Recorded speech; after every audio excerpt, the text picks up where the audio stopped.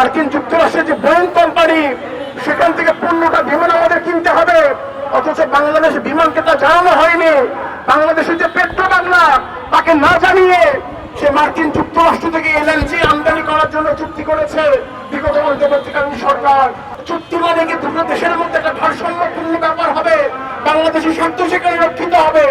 অথচ আমরা দেখতে পেলাম এই চুক্তিতে শর্তগুলো, সেই সব শর্তগুলোর মধ্য দিয়ে বাংলাদেশের উপর অনেকগুলো বিষয় চাপিয়ে দেওয়া হয়েছে। এটা চুক্তি হতে পারে না, এটা হচ্ছে মার্কিন যুক্তরাষ্ট্রের একটা আদেশপত্র। সেই আদেশপত্রে বাংলাদেশ সরকার স্বাক্ষর করেছে বন্ধুগণ। এই চুক্তির মধ্য দিয়ে বাংলাদেশের অর্থনীতি, বাংলাদেশের ভূ রাজনীতি, বাংলাদেশের কৃষি, কৃষক, শিল্প, বাংলাদেশের যে কর্মসংস্থান, সমস্ত কিছু ধ্বংস হয়ে যাবে বন্ধুগণ। ফলে আমরা বলতে চাই, বিএনপি সরকার এই চুক্তি নিয়ে কিছু বলছে না, তার সরকার বলছে চুক্তি বাতিল করা তো সহজ নয়। অথচ আমরা দেখেছি বন্ধুগণ, এই যে উচ্চ শুল্কের কথা বলে মার্কিন যুক্তরাষ্ট্রের চুক্তি বিভিন্ন দেশের উপর চাপিয়ে দিতে চেয়েছিল, কিন্তু সমস্ত দেশগুলো কিন্তু তা মানেনি। অথচ বাংলাদেশ সরকার তা মেনে নিল।